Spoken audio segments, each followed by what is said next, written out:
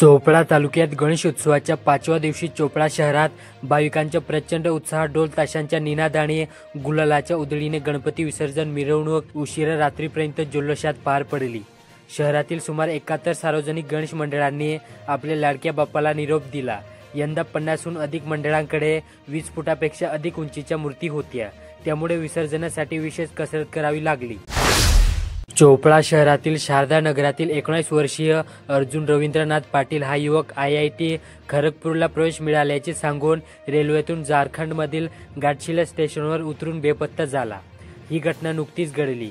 अर्जुनने पालकांना खोटे सांगून बनावट ईमेलद्वारे IIT मध्ये प्रवेश मिळवल्याचा दावा केल्याचे उघड झाले।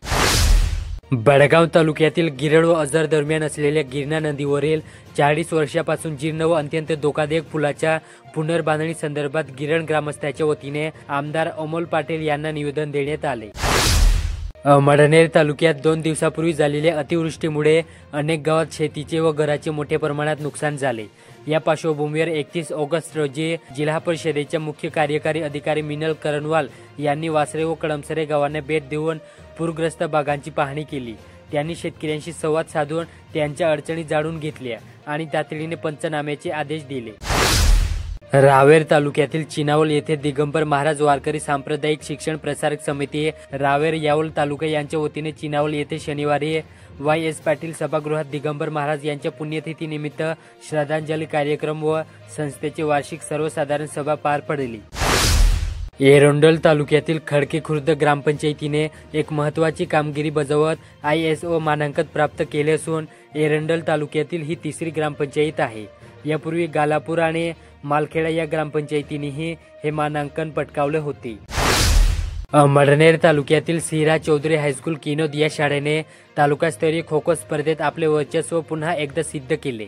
शाळेच्या मुलं आणि मुलींच्या संघांनी तालुकास्तरीय स्पर्धेत विजयी होऊन जिल्हास्तरीय स्पर्धेसाठी आपले स्थान निश्चित केले। सलग 3ऱ्या वर्षी ही दुहेरी कामगिरी साधली। दिवाळीच्या सुट्ट्या असो की उन्हाळी सुट्ट्या तसेच वर्षभरात केव्हाही बाहेर गावी गेल्यानंतर गरफडी होण्याची शक्यता असते।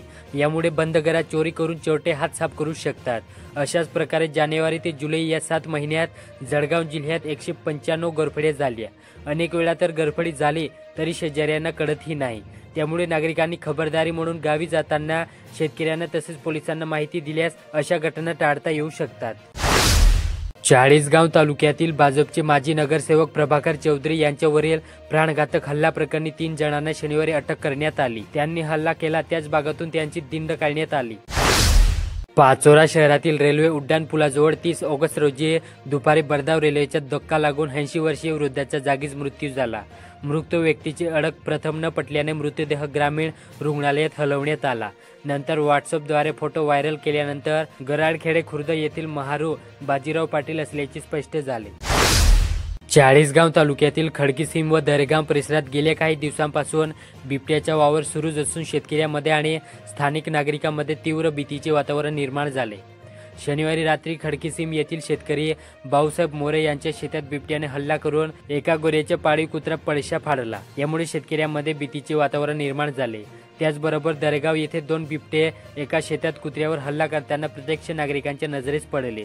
त्यामुळे नागरिक भयभीत असून वन विभागाकडे तत्काळ बिबट्याचा बंदोबस्त करण्याची मागणी करण्यात आली।